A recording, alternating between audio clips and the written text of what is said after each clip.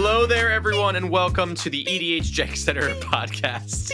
This is a cheeky little show where we break down 5 janky, budget, or underutilized cards every other week. These cards may not be the best, most efficient, or even good, but here at the Jank Center, we believe every single card deserves a chance to shine. As always, I'm your host, Jordan, and today I am joined by my co-host, the spectacular Chris Lightning, everyone. Beep, beep, beep, beep. And they've been beeping the entire intro. I've turned into a robot. That's right. And I don't think that has anything to do with today's episode, but No, it doesn't. It's a nice little fun fact. Yep. So Cress is a robot for this episode. Well, no, not Whatever like, that means. look, for those visual watchers of the last episode, I'm not going to do anything special this episode. So let's just slow down. I'm just being weird. Yeah, that's right. It's the intro, and I'm trying to build us up some momentum. Yeah, and it's working. For anyone who hasn't watched episode 9 yet, please go and do that because Cress incorporated some very fun visuals into the video, and it's frog related. So who doesn't love frogs? We do. Well, we love frogs. Yeah. I was gonna say we love frogs. We do love frogs. We're Right. on But record this as isn't saying the frog we love frogs. episode. It's not the frog episode. It's episode 10. And who knows what the title will be? Who knows? The world is our oyster. Maybe it's the oyster episode. Yeah, I don't want it to be the oyster episode. That'd kill me. Me either. I don't want it to be the oyster episode either. How have you been, baby? Tell me about your life. It's been a while since we recorded. Yeah, it's been just a pre-warning for listeners and viewers to come. This episode might be a little weird because we did all our show notes like 3 weeks ago for this episode, and so I'm gonna be a little bit slow. Yeah. But I will say, very excited to be back. Yes. I had some health stuff that I had to fly out of town to take care of, and everything came back green, so I'm good. I'm great even. Yes. And then that bodes really well for us continuing the show. Amazing. I'm so happy for you. And on top of that, I finally got when I got back, I finally got my PR card. So for those of you who don't know, my wife is Canadian and I moved out to Toronto to live with her while she goes to school. And I will say, PR took about 2 years, just under 2 years from the start of lawyers signing everything, getting everything together, developing a package, sending it, and then processing took about a year. So if you ever want to immigrate, it's a long process. But the bright side is now I have freedoms to go do stuff so we can think about cons and it won't be like a nightmare for me to plan. So exciting. I can come visit more frequently and it just be easy, which is pretty cool. Yes, I'm so happy for you. That's 2 major W's for the rest of your life and, 2 major stressors taken off your back. That's amazing. Right. And it also gives me the opportunity to work here in Canada. Yeah. Obviously work remotely. It's the only way we've been able to do this. Yeah. But now I can apply for a worker's visa. I can get everything all like together, and I want to get back into performing again and check out the scene here in the city. So that's lovely. I'm pumped. So cool. Yeah. So 2 big wins. Health. All right. PR card. All right. Let's go.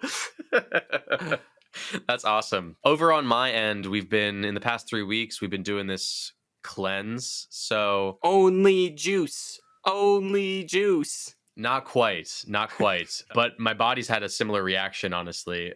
Sure. So the cleanse is 40 days, no gluten, no sugar, except in extremely small amounts and only from natural sources. So like fruits like Granny Smith apples or blueberries, and no dairy. 3 things that I enjoy very much. So initially my partner Marissa, she wanted to start it. She was saying, hey, you don't have to do it with me, but I'm going to go do this thing. I want to sort of just reset my body, right? It's not a sustainable diet, but I just want to like start from scratch, sort of give myself a hard reset and then sort of adjust the way we eat. And I was like, that sounds great. So I did it with her for a couple reasons. I was like, you know what? It's definitely going to be a hassle to like cook separate meals all the time. I don't want to really do that. Yeah. And also I want to have someone that she can lean on because this is hard to do. So, it's kind of a solidarity thing, just, doing it with her so that she doesn't feel so alone in it. And then third of all, I was just curious about, because my family, we're Italian and French. We just it's carbs all the time and dairy all the time. Lots of food, lots of carb food. Yeah, Yeah. heavy portions, things like that. So I've never done anything close to this in my life. Never done a diet, never done things like that. So I was quite curious about what it would do to my body, how I would Hmm. feel. And I was like, you know what? I think I will regret doing this. If I'm at my deathbed, I think I would be like, oh, I wish I had tried, maybe this kind of thing. So we're 20 days in. We're like halfway there Oh, now. And congratulations. thank you very much. It's honestly been such an exercise in discipline. I didn't realize how hard it would be to not grab some random stuff from the restaurant that I work at. Like, I didn't realize how much I just passively eat just waiting around at the restaurant. We have like these free chips that we give people. I'll just be I don't snacking. know that, but okay. I'll be snacking, like Okay. just without thinking, you know what I mean? Yeah. And so that's definitely been like a really intense sort of switch for me. But it's cool because now I know that I have the discipline to commit to something like this. And that's 100%. pretty affirming. Not to mention like the benefits it's had on my body.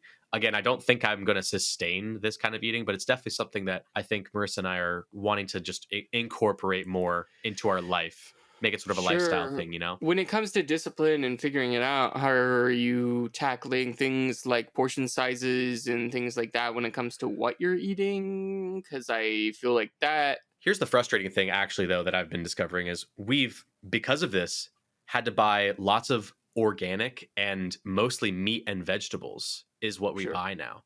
Yeah. Which hikes the cost of your grocery bill It's up pretty by expensive. double, Yeah. triple for us.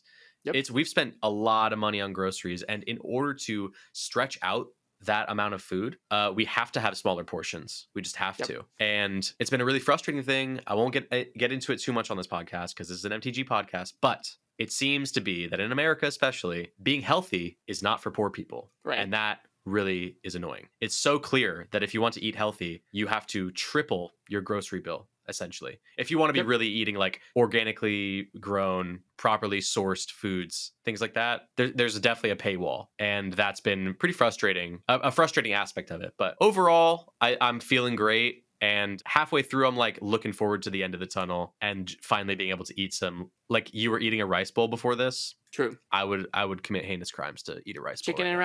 rice. But hey, one of the reasons I started this channel was because I noticed that there was a paywall in Magic the Gathering. Okay, smooth. Thank you. Thank you. I appreciate that. There's a paywall in Magic the Gathering. And hey, we're here to bring that wall to the ground. Bring it tumbling down. Because guess what? There's awesome, cool, dope cards that are all under $1 that you can slot into your decks. And we're going to talk about 5 of them here on the show today. And I don't think any of them are food related. But if there are, I'll be excited. I don't think...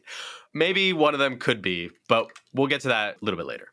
Without further ado, let's move on to our first card of the day. And that card is Sure Strike. Sure 1 and a red. is. Sure. Sure Strike. Sure is. And it's a 1 and a red. Instant from Innistrad Crimson Vow. It says target creature gets +3/+0 and gains first strike until end of turn. And I'm just now realizing, scroll down on Scryfall, it is not originally from Innistrad Crimson Vow. It is reprint that we're looking at here. It's an older card, been around for a while because it's a classic. So cards like this are everywhere. I think in almost every set, you're going to find like those red or green instants that give one creature a little buff and maybe a cheeky keyword. And I think these are just generally underrated. Good. Would you say? Yeah, but yeah, underrated. I would agree. We've been playing a couple games. We have a patron night that we do, and yeah, I do feel like just like the instants, I do feel like these cards are really sneaky because they're not good enough for removal necessarily. Yeah, wasting a counterspell on this feels weird. Right. Feels like not good threat assessment. If it is lethal, right, then you're forcing someone's hand to use it on a card like this instead of maybe your actual winning. Exactly. Card, That's right? Smart. So there's some really sneaky. I like cards like this a lot. That's what I wanted to talk about. Was this can essentially just change the shape of your combat step at instant speed, allowing for reactive styles of play. Honestly, a lot of blue players are known for being the sort of reactive play style, but if you splash red and you're playing Izzet, or if you're just playing pure mono red, you can still play reactively with cards like this. And Sure Strike is especially cool because First Strike is also, I think, an underrated ability, especially if you're doing combat shenanigans. if you cast this, if you've already, got your block set up, right? You've attacked, your opponent's declared blockers. You can then cast Sure Strike and then turn what would be, or what your opponent thinks is a smart and sound block, into a huge mistake, because now they're going to lose their creature, What's cool about first strike is, right, if something has double strike, most of the time you're like, oh, well, I'm just going to lose a creature. But something with first strike is like, right, the assessment of your blockers, you're like, oh no, now this time I could lose this creature, or this time I could lose Yeah. this, because right, if they hit first, they don't die, then you're not exchanging at the same rate. And so it creates sort of a more complex, a more complicated attack phase. Definitely. It creates a complicated scenario where now people are like, oh wait, I have to actually think about this in order to, exactly, like, in the moment. And that can be a really useful tool beyond just like the immediate whatever exchange you're doing for creatures. Sort of throwing somebody off their rhythm in a game, and being like, oh, this person might have more of these spells, then I have to sort of keep an eye on them now. right? And especially since this isn't blue, right? Oh, I've got to keep an eye on their mana if they're using lower cost reactive spells. That disruption is really useful in politics, and it's really useful in a multiplayer game. That psychological aspect, like we don't really talk about a lot of that, but there's also like a second game being played amongst the players of a game of Magic. Mhm. There's the one that's on the board, and then there's the mind games that happen where you're all trying to get 2 to 3 steps ahead of each other. Right. And so any of these sort of decisions can make huge ripple effects that will play out over the course of the game, which I love. And another thing, sorry, just to move on, the other thing that I wanted to talk about too was this is going to lead into my commander pick for this card. This +3, so we're getting, first strike's all fine and dandy. We love that. But we're also getting a very cheeky +3 buff to a creature's power for 2 mana. Right. And then if you have instant and sorcery as sort of synergies, you're reducing costs. You can maybe cast this for 1 mana. 1 mana +3 in first strike is very, very good, especially if you're running Voltron. Yeah, your favorite. Yes, one of my favorites. That and goading.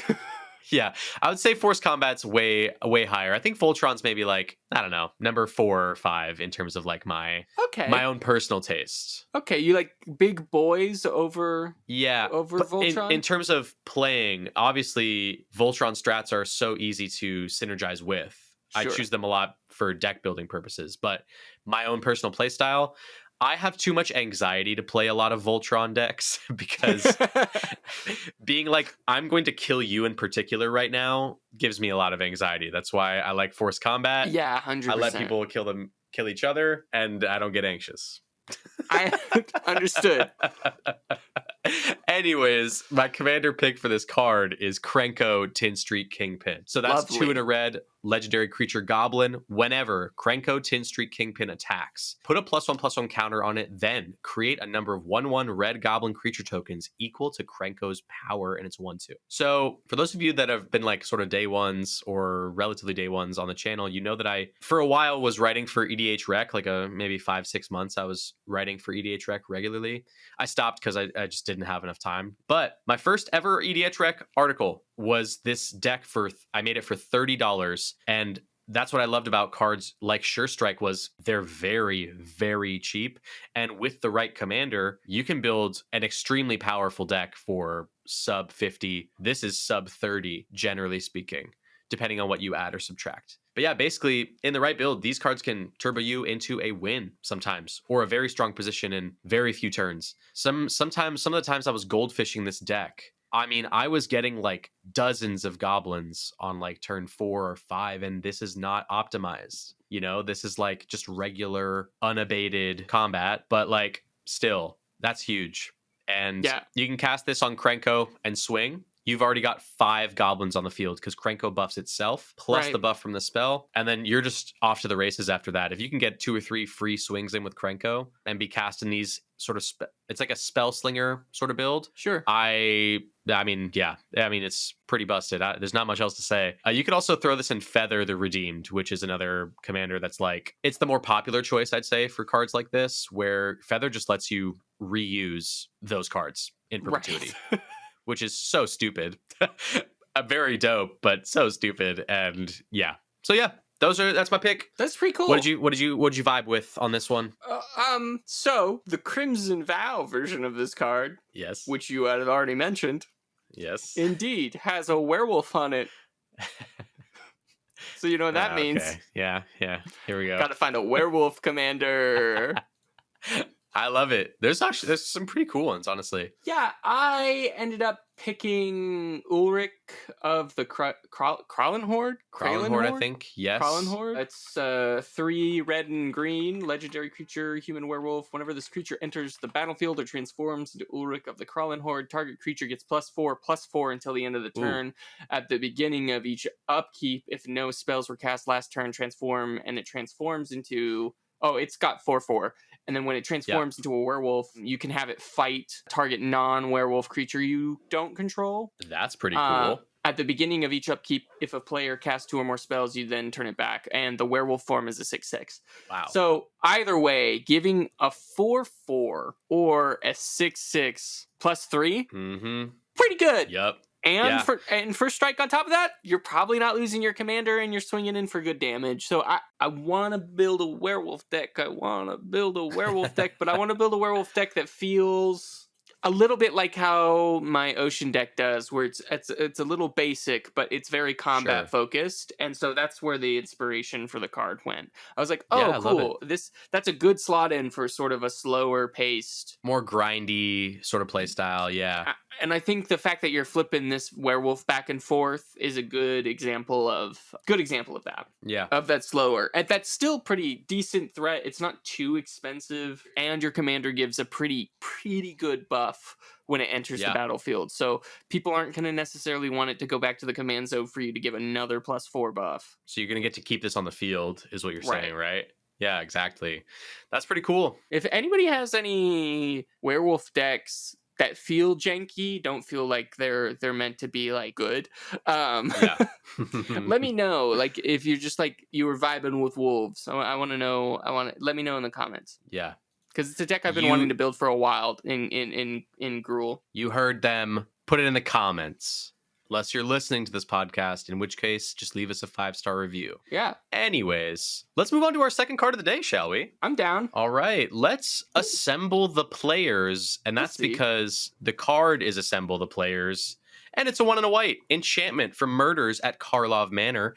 You may look at the top card of your library anytime, and once each turn, you may cast a creature spell with power 2 or less from the top of your library. I know, listen, we're going to get to flavor in a second with, obviously, that's your role, but... It's what I do. I just want to say, good God, I love, the past 2 sets, Thunder Junction and this one, have been so funny in a good way. In vibe. It's been dope, but also, so cheeky and referential to all of these movies that I love and have grown up loving, movies and TV shows and things. And 100%. As someone who's really into film and TV, I just love this kind of stuff. Assemble the Players. It's cheeky design, fun little catchy title, and it just excites the imagination. I don't know. I love it. Anyways, since I've gotten into Magic, I have always wanted to make a 1-drop deck. So a deck based around just little 1-drop creatures. Yeah. And Murders at Karlov Manor actually introduced a whole slew of support for that strategy. Most 1-drops have 2 or less power. So this is very good in that kind of build. And also, if you are doing it in mono white, my commander pick is not mono white. But if you're building in mono white, being able to look at the top card of your deck is an underrated ability. That's just great. 100%. Great card advantage.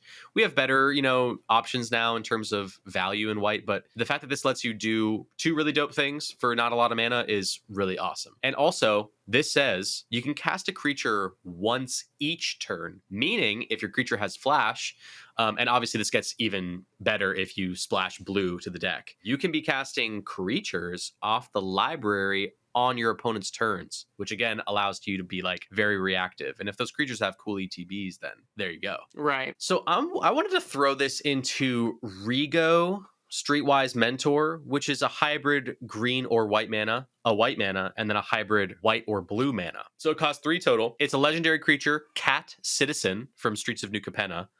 And It says Rigo Streetwise Mentor enters a battlefield with a shield counter on it, which means if it would be dealt damage or destroyed, remove a shield counter from it instead.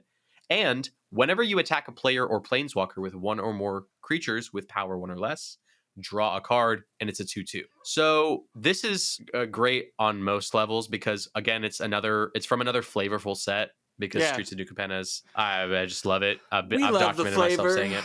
Yeah. Incredible. But it's the perfect home for a Lil Guy deck. Yeah. You know, because it splashes blue and green, which allows for so many options in terms of like really cool 1-drops. Yeah, 100%. And yeah, that card advantage with Assemble the Players will just allow us to keep our engine churning, especially, if we're able to cast things with flash, stuff like that. And it just gives you a decent enough advantage. Exactly. And also, have you seen the movie Hook? Yeah. With Robin Williams? Yes. Rigo Streetwise Mentor kind of reminds me of Robin Williams from Hook. Okay.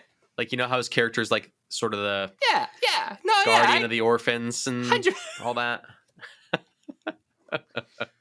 Sorry, I can't. My brain was like, winged guardian of the orphans. Yugi. Yeah.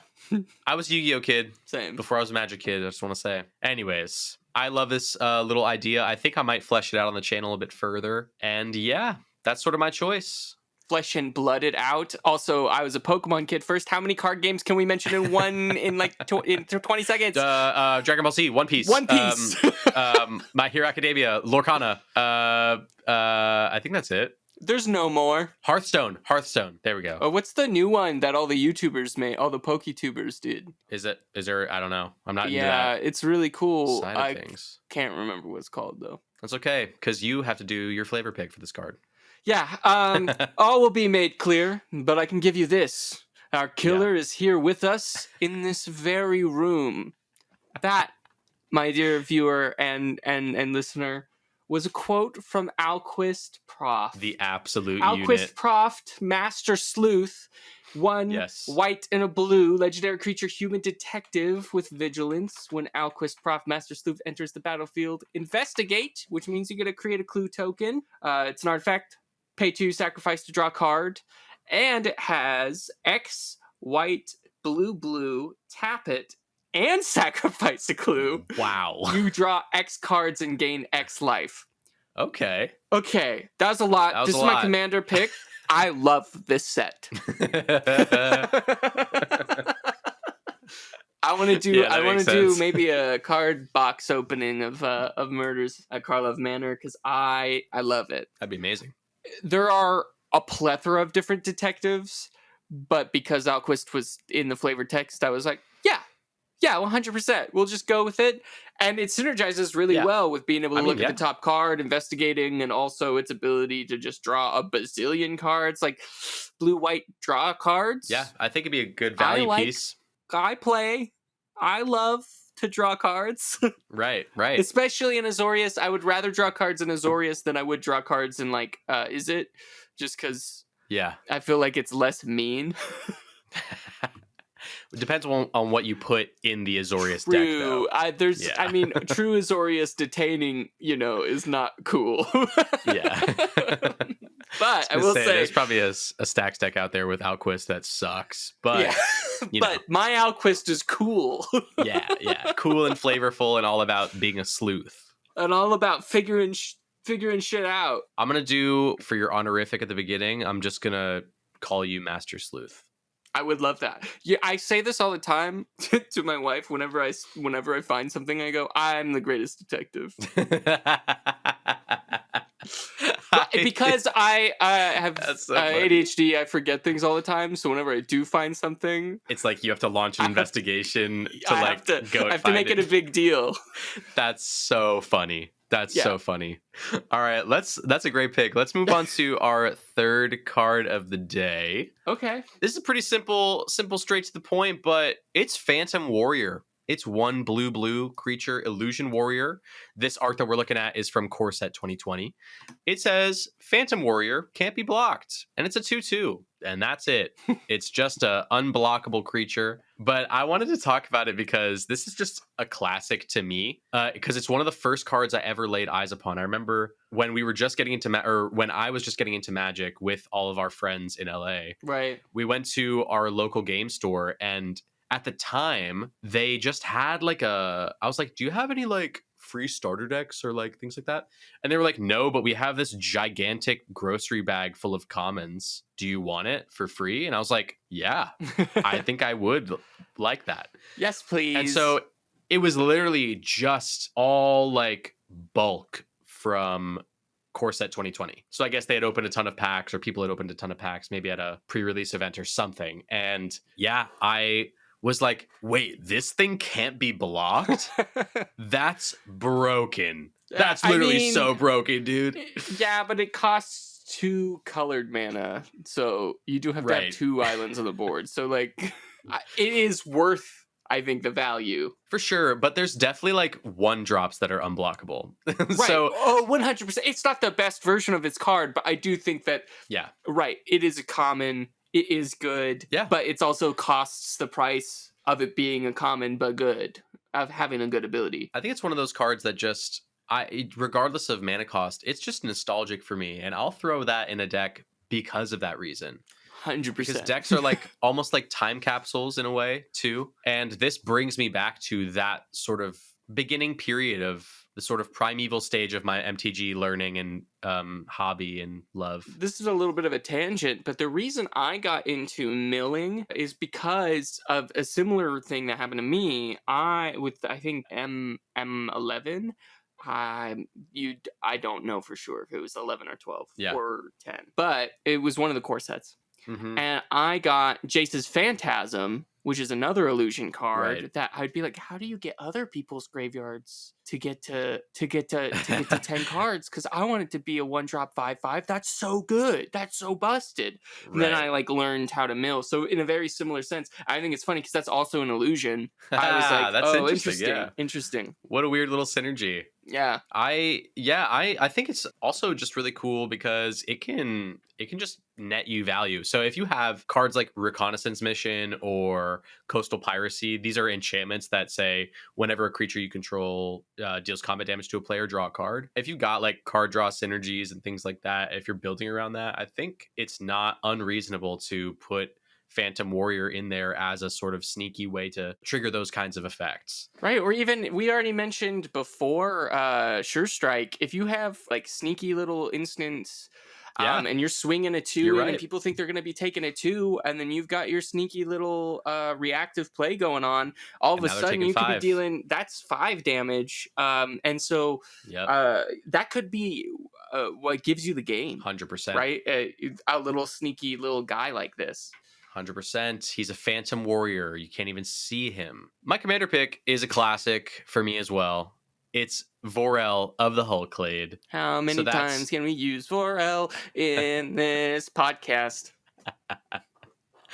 But I promise it's motivated. It's motivated. So it's 1 and a green, blue, legendary creature, human merfolk. You can pay a green and a blue and tap it, double the number of each kind of counter on target artifact, creature, or land. So the reason I picked this was because when I was talking about decks being time capsules, right, I have a Vorel of the Hulklade deck. It was my first ever commander deck I ever built. And for that reason, there are definitely cards out there now that have been printed that would immediately send this into another level of power. But I nerf it intentionally because it's meant to be a sort of throwback, a sort of reference to the beginning times of my Magic journey. And Phantom Warrior, aside from the nostalgia factor, is also just really, really good. Yeah. In this go tall +1/+1 counter style build, just throw some +1/+1 counters on him, throw in some counter doublers, and you can just be slamming people in the face for 20 damage, unblockable. Right. And that's pretty good. And that's all I have to say. It's Vorel the Hulklade all day, baby. Classic. What about you? Tell me about it. I went, is there a legendary creature that's an illusion? And lo and behold, oh yeah, I think there's only 2, but it might only be this one. I don't know. and that is Mistform Ultimus. Mistform, it's a 3 and a blue. Mistform Ultimus is every creature type. It's a changeling. But Okay. it has illusion on the card. And you know what Hell that yeah. means? Illusion Tribal, baby. Yeah, there we go. There it is. That's cool, though. Yeah. That is actually pretty cool because there are some really dope illusions. Yeah, agreed. Wait, is that it? Yep.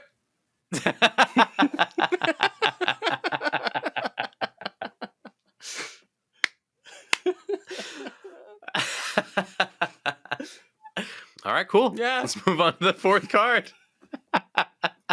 Yeah. Hey, listen, we're not going to talk about it, I guess, but talk about your favorite illusions in the comments. What would you put in the Mistform Ultimus deck? I'm actually curious. I'm sure there's tons of illusions. There's probably tons that we don't know about. And hey, honestly. Phantom Warrior is a pretty good one. It is. But wow, we're already we're making good time. I'm having a great time too. So same. Let's just talk about it. Let's talk about Acquisition Octopus. And this is what I was talking about when I said that there might be something correlated to food later in the podcast, because I guess a little people bit. do eat octopus. I don't anymore because I watched My Octopus Friend, My Octopus Teacher, the documentary. Oh. But like it's popular, there's oh my gosh, what is it called? It's not teppanyaki. Or is it the octopus balls from Japan? It's like street food. Takoyaki? Takoyaki, that's what it is. Yes. There's that. There's, I've had octopus in like seafood cucumber salads, things like that. So it can be delicious, but yeah, I was like, these things are... Octopus are like one of the most scary creatures on planet Earth, in my opinion, and I would never disrespect them by eating them. That's valid, honestly. Because they can move around on land. They're so scary. I did not know this about you. You're like properly scared of octopi. They can form fit into anything. They're non-Newtonian fluids. Octopi are crazy. They can be underwater. Yeah. I want to say, I'm going to tangentialize a little here because I have an octopus story to tell. Uh-oh. So my partner was born and raised in Maui, in Hawaii, and her friend is like a director of the Maui Aquarium. So last time we were there visiting her family, we got to go on this tour of the aquarium. He was our tour guide essentially, but then he took us behind the enclosures. Yeah. And we got to shake hands with the octopus. That thing is strong as hell. I'm telling you, they're the apex predators, man. They're so scary. It scared me how strong that grip was, because it was very playful, It was it recognized that we were playing or whatever. Right. But that grip, it twined around my hand, the whole tentacle was on my forearm and hand. I had to octopus, octopi. Octopi. I don't know. Yeah. Big cats. Yep. And deer. Yeah. Those are your fears. No, they're animals to be respected. That's valid. That I feel like a lot of people don't respect. Yeah. Sharks too. I feel like deer especially don't get the sort of honor and treatment that they deserve. Yeah. Because they're very elegant. I mean, all animals deserve your respect, but I get it.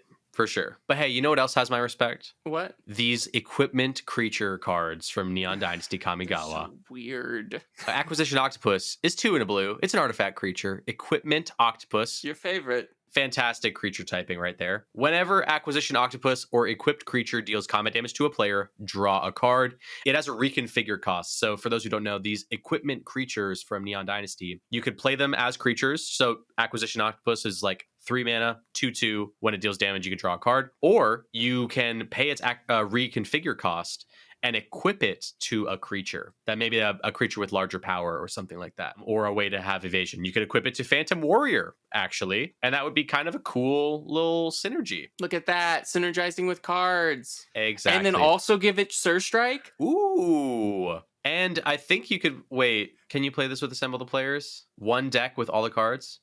You may cast a creature spell with power 2 or less. Yeah. So you could include all of these cards that we mentioned today in a deck. They all synergize. In the Rigo Lil Guys deck. Yeah. And there you go. Although Phantom Warrior is not a 1-drop and neither is Acquisition Octopus, but that's neither here nor there. And Surstrike's a red card. You're right. Yeah. 100%. 100%, but a man can dream, And that man is me. Anyways, all that aside, all of our ADHD ramblings aside, this What is the another card? What is the card? Commander for the octopus. Commander for the Commander octopus. for the octopus. Listen, I wanted to talk about, I think when I first saw these cards spoiled, there was one commander that stood out to me in particular. Yeah. And I run a deck personally in paper that does this kind of thing. Runs a few of the equipment creatures from Kamigawa. Yeah. Or sorry, Neon Dynasty. And I chose Arden, Intrepid Archaeologist, and then just yeah. blue partner. Yeah. Basically, it allows us to... I'm going to read Arden first. Arden, Intrepid Archaeologist. It's 2 and a white. Legendary creature, Core Scout from Commander Legends. At the beginning of combat on your turn, you may attach any number of auras and equipment you control to target permanent or player. So if you just splash blue, then you can include Acquisition Octopus in the build. And basically, we're just cheating around that reconfigure cost, baby. We don't got time for it. So Arden's going to let us move this around to whatever creature we want, each one of our combats. And I just love that utility. I just think it's fantastic. That's cool. Look at you twisting color pie philosophies. Color pie philosophies? More like dumb. I'll just do whatever I want with the colors. Oh, no. All right, here we go. My personal build is with the Ghost of Ramirez Di Pietro as the commander. Mm-hmm. And it's like sort of toolboxy. The whole deck is about taking the shape of the game. It's filled with cards that just sort of, I can switch and attach things to different people or players, or people or creatures, depending on the scenario of the game, depending on what's going on. And it's really engaging for my brain, and I just love playing that way. Yeah, I'd like to see the build. That sounds cool. Yeah, I might actually put it up on the channel because I think it'd be a cool thing to... I'm working on a modal Arden build where it's like I have Arden and then the partner switches and the decks are all different. So that's my blue version. But yeah, a card that can be or do 2 or more things. I just love it. It's amazing in my book. And now I want to hear about your octopus build. Right. So this is from Kamigawa Neon Dynasty, and I was like, who would use this equipment in Kamigawa Neon Dynasty? So I was looking for commanders that are that have blue in them and would use something like this. And I ended up settling. That's a funny sentence. I ended up settling on Kotose the Silent Spider, and hear me out. Only because spiders have 8 legs and octopus have 8 legs. Yeah. No other reasons. Why not? Maybe build a black-blue 8-leg deck. I don't know. There are no cool rules. Yeah, whatever. Do whatever you want. Yeah. Do whatever you want. What does Kotose even do? Do we care? Oh, I don't, but it's a 3 blue and a black legendary creature human ninja. When Kotose the Silent Spider enters the battlefield, exile target card other than a basic land card from an opponent's graveyard. Search that player's graveyard, hand, and library for any number of cards with the same name as that card and exile them. Then that player shuffles. For as long as you control Kotose, you may play one of the exiled cards, and you may spend mana as though it were mana of any color. Now that was a mouthful, and I didn't need. It's also for a 4/4, which is pretty good for a commander. Its ability isn't super useful in Commander necessarily, but it's not useful. Yeah, it seems more obviously for like limited formats or standard. Right. I mean, you still get to exile the card. Yeah, true. So you can still exile a specific card and then use somebody. So it's like a really roundabout way of stealing. Which I guess is the vibe of Acquisition Octopus in flavor. Yeah. So maybe make it about. So it fits. So maybe make a stealing deck. Yeah, a little theft deck. I mean, but really, it was about the 8 legs. Yeah. Looking around, I'm fairly certain it's that time. Are you sure? Of the week. I don't know. I think so. I feel like we've been getting through this podcast quite quickly, so maybe we should just give it like 2 more minutes, or. I don't know. I need to be ready? We could do Cress's Chaos pick of the day right now. Do I need to be ready? It's your pick, so I don't know. I don't know. Are you feeling the chaos yet? Not yet. Well, you should be. Oh my god. You should be feeling the chaos. Because, actually, this card actually connects to the last card. Yeah. My chaos pick of the day is You've Been Caught Stealing. This is from Commander Legends Battle for Baldur's Gate. Yeah. It is 1 in a red. It's a sorcery. Choose one. Either threaten the merchant. Each creature blocks this turn if able. Or bribe the guards. You create a treasure token for each opponent who is dealt damage this turn. It's an artifact. You know what a treasure token does. Sure, of course. Yeah. And that's it. That's pretty good. That's the card. I mean, I love these cards from Baldur's Gate, so I'm happy with this. I think it's a great pick. Great pick. But you where wouldn't be throwing caught this in? stealing if you were using Acquisition Octopus. That's true. Right. That's true. I think this card is hilarious. I think the flavor for this card is hilarious. And you know what we love here at the Jank Center? We do. Versatility. It's versatility and flavor. Right. Which is it's the perfect combo of the two. Yeah. What's your commander pick? Well, I want to make a mono red commander deck from the Battle of Baldur's Gate for my lovely wife. And my commander pick was just an excuse for me. I picked this card just as an excuse to talk about this commander as well, but also because I thought it was funny and Jordan would like it. Which I do. I picked, for the commander for You've Been Caught Stealing, Karlach, Fury of Avernus. Ooh. Oh my goodness. Who, if you don't know... Well, first I'll read the card. Yeah. Karlach, Fury of Avernus is 4 and a red, legendary creature, tiefling barbarian. Whenever you attack, if it's the first combat phase of the turn, untap all attacking creatures. They gain first strike until the end of turn. After this phase, there is an additional combat phase, and you get to choose a background. Ooh, that is tasty. So it's a pretty good card. And good card. I think each creature blocks this turn if able is pretty good. Yeah. 100%. If you're forcing players' hands, yeah. If people are just gonna take damage, you can also create a bunch of treasure tokens. It's good synergy, baby. It's good synergy. It is. But the reason I picked Karlach and why I want to build a Karlach deck for my lovely wife is because... Oh, and can you remember what she said before we started recording? We've been playing Baldur's Gate, and I wanted to tell the story that she indeed is one of the players who... If you want to get Karlach early in the game, there is like a way... like a roundabout way where you can go and you can, if you're strong enough, you can jump off a cliff. What? And you avoid like a bunch of stuff doing this, a bunch of like exposition stuff. So you can get Karlach really early just to like hang out with Karlach a little earlier, which is very cool because Karlach is very cool. And I believe my wife said something along the lines of she's the only dateable option in the early game. And so she deserves a Karlach deck is the point. And I thought these two cards are fun and I wanted to bring them up and I wanted to talk about Baldur's Gate and also the Baldur's Gate set, which is pretty good. Pretty good set. Pretty good game from what I've heard. But we're going to talk about the poll. So every time we do an episode here, we have our Discord members. We ask them a poll question. So we give them a nice multiple choice question. And it's basically related to anything about MTG. So this week we asked, who's your fave Gatewatch member, cards or lore? And we included just these choices. Chandra, Jace, Gideon, Nissa, Liliana, Ajani, Teferi, or Kaya. And basically, we're just going to talk about how the stats lined up and, just have a chat about it. So Cress has compiled a lovely pie chart for us to take a look at here. Starting with the lowest, and this is a tragedy, honestly. And Kenneth, if you're listening to this podcast, which I know you are, I'm sorry. Yeah, poor guy. But the lowest selected favorite Gatewatch member is Gideon at 4. Only 4 people picked Gideon. Wow. And that's a tragedy. What's wrong with Gideon? I don't know. I feel like Gideon's really good. Maybe because it's a mono white.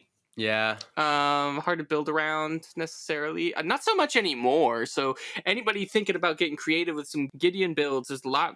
Your toolbox is way bigger now. Yeah, I don't know. Maybe it's that linear style of play. Like a lot of Gideons just sort of do the same thing. And then I don't know. I just think that everybody needs to show Gideon. I know he's dead, but rest in peace. Everybody should show Gideon some more love, please. And thank you. Agreed. We move up from Gideon, and 6 people voted for both of these, respectively. Chandra and Kaya both got 6 votes. Chandra and Kaya both got 6 votes. Tied, yeah. Yeah, so... I feel like Chandra would have been way more popular. So did I. I get Kaya. Kaya's cool, but she's really like niche when it comes to like utility, like what Yeah. she actually does. For sure. But again, maybe like maybe like the Gideon situation for Chandra, like kind of maybe it felt one note at one particular time. Yeah. I think some of these early planeswalker cards we should be going back and giving some of the monocolor planeswalkers, Mm-hmm. go back and give them another look with how they can slot into your 99. But I get it. I wouldn't vote for either of these two probably. I think same. Yeah, I didn't either. Yeah. I'm curious about who you voted for. So moving up from that and tied for three planeswalkers. Yeah. Jace, Nissa, and Teferi all have 7 votes each. Ooh. Of which I voted for Teferi. So I think I voted for Nissa, but I think Teferi would have been my second choice. Yeah. Jace would have been my second choice. So this still all feels very correct. Yeah, I love Nissa just because I think that, she's so connected to nature, obviously. And honestly, it's a more personal pick. It's just she reminds me of Marissa, my partner, and I just because of the sound of the name. Also, that never thought about that, but it does kind of sound like Marissa as Nissa.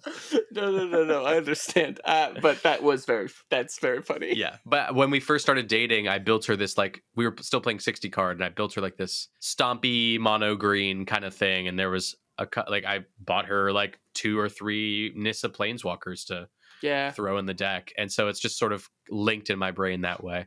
I got on sale at a I believe a local game store in Los Angeles. I got She Who Shakes the World, the one from War of the Spark, the one that animates all your lands. The pretty stained glass altar. Ooh, yeah. I got nice. they gave it to me for the price of the regular one. Oh. Yeah, because they were just cool. They were just like, you want this card? Really? Nobody likes this card, and I got this really pretty one. That's really dope. And I feel like you'll use it a lot. And I was like, yes.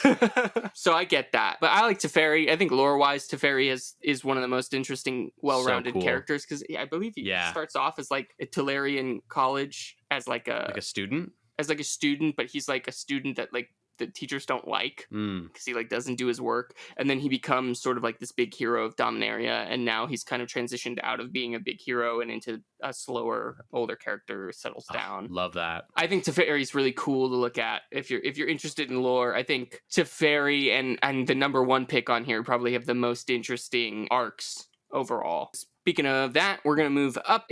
All 3 of these, Nissa, Teferi, Jace, all had 7 votes. We're going to move up. This next Gatewatch member has 13 votes. So that's how many, like, the difference between people who like these next top characters versus the rest, which I think is a pretty big jump. Yeah, I know. So with 13 votes, we had Johnny. The man, the cat person himself. Yeah, the only thing I could think about, because I was like, other than him being a cat person, which valid. Sure. Are people into a Johnny lore? I don't know. Well, if you are, let me know in the comments. I know the stuff with like the new Phyrexia was kind of pretty dope. I was gonna say that might be the driving forces. Like maybe the correlation is the arc of these planeswalkers. Mm-hmm. I mean, Johnny was the first one that got spoiled to be affected by the glistening oil. Sure. I remember like that was the first card we were like, yeah, yo, they got a Johnny. What? Like that's crazy. True. But Johnny's got a cool arc too. I don't feel 100%. like I hear people talking about it. But it's also quality of the cards too.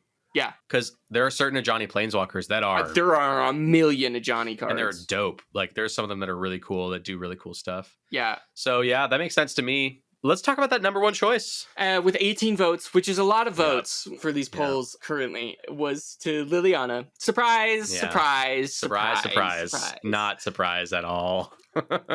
Everyone's into emo girls, so... I mean, same. But also, she does have one of the coolest arcs, I think. She has some of the coolest lore. My goodness, she has just as tragic of a past as Jace does. Has a really interesting growth into the character she is now. She's done some really badass stuff, and now she's like, with the whole Strixhaven teacher arc, sort of, Gideon saving her, being manipulated by Nicol Bola. There's like a lot of really cool stuff. I get her brother dying as like the way that she got her spark, right? Right, 100%. I mean, it's so sad. When I found out like the storyline behind Liliana, I was like, wow, that sucks. sucks. Yeah, That's so sad. I get it. I would want to make a Liliana theme deck. That's like for sure up there on one of my. That's got to be out there, right? Well, yeah, there's the Liliana flip creature card, so you can make it. That's right. For sure. She's also really good. I think like some of her abilities are just like really scary.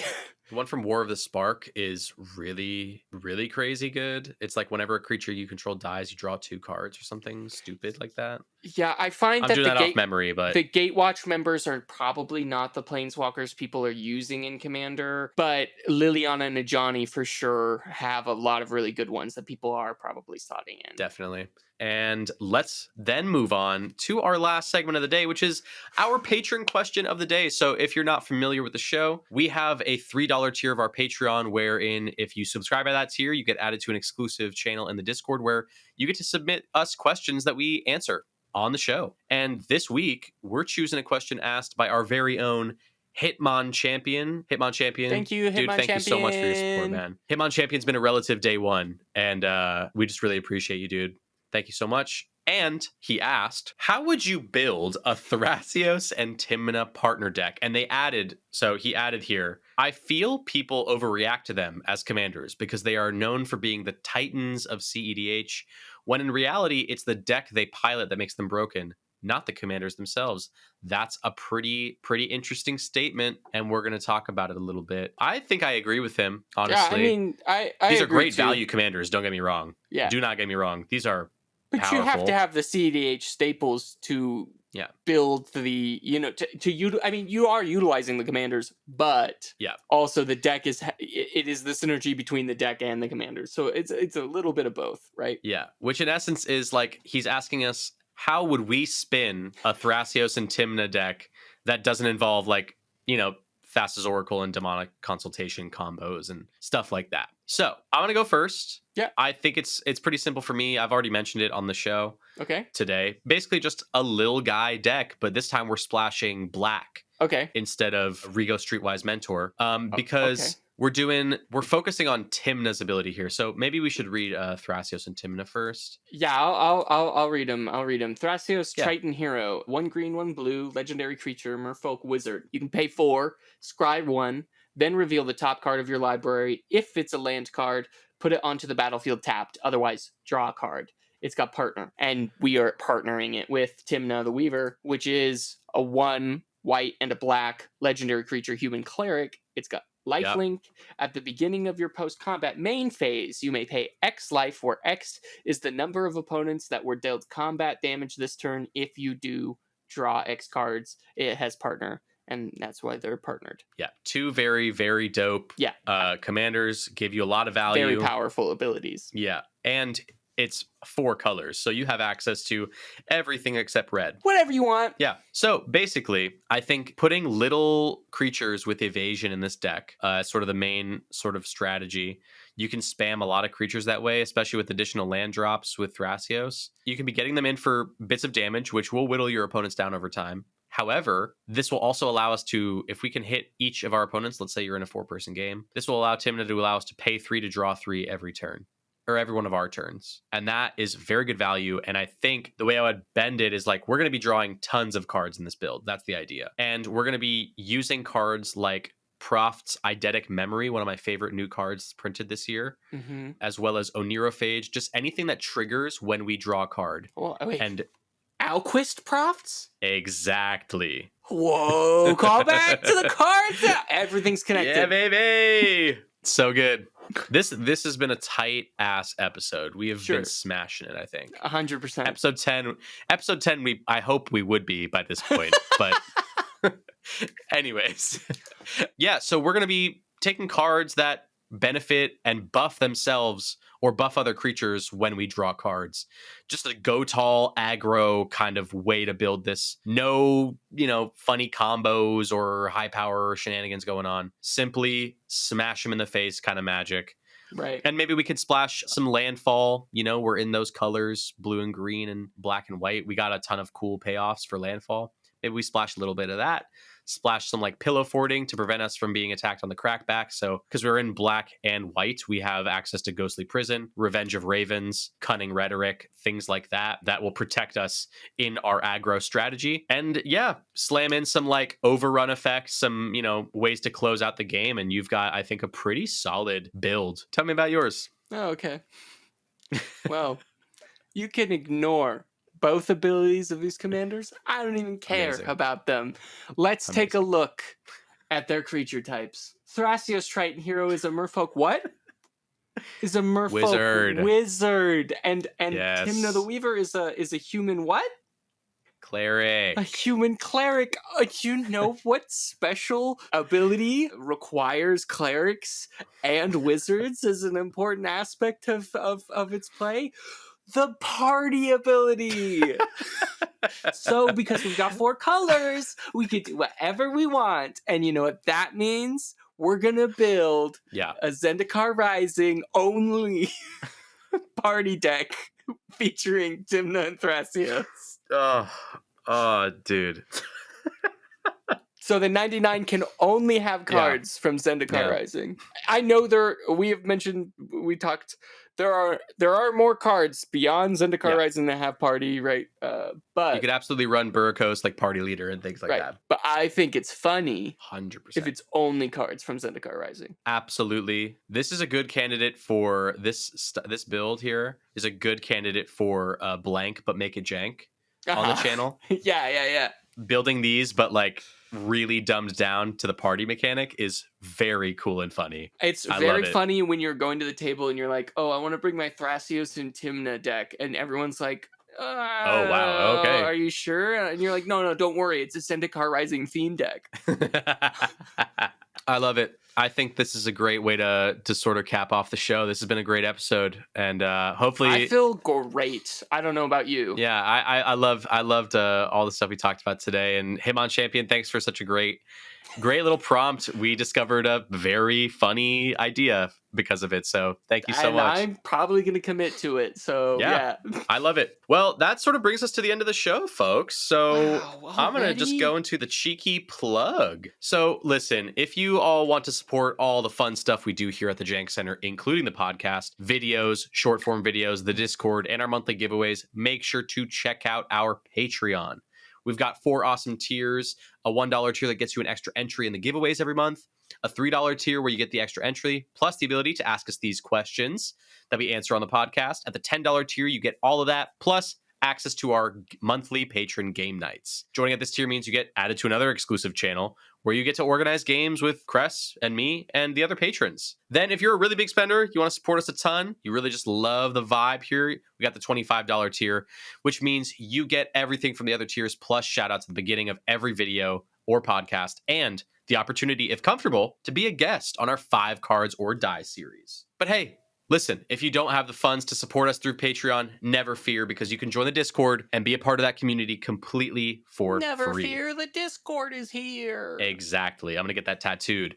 It's a public Discord, people, with a bunch of people that love budget, janky, and underutilized cards just like you. We talk about sets, spoilers, cards, budget brews, and anything and everything under the MTG sun. Also, don't forget to subscribe to the YouTube, follow the Instagram, Twitter, and TikTok at EDH Jank Center, and make sure to leave a 5-star review of this podcast, please, on the listening platform of your choice, especially Spotify. It really helps us with being found by other potential listeners, and we want to spread this janky gospel as far as we can reach it. You know what I mean? Right. And if you're on YouTube and you haven't checked out any of our other stuff, you should go watch the frog episode. You should watch the frog episode. It's pretty funny. And that's sort of all she wrote. So, Cress, you got any closing things you'd like to say before we head on out of here? Yes. I would like to say you're my friend, and I love you. That was so cute. All right. Well, with that, you're my friend, by the way, and I love you too. Hell yeah. And now there's nothing left to say, but say, or wait. But say. There's nothing left. Wait. To say. There's nothing left to do but say the catchphrase, which is, remember, kiddos, the spirit of the format is the gathering. We got there. I'm out before I make any more mistakes. And I'm going to sign off. And I'm also signing off. Okay. Bye.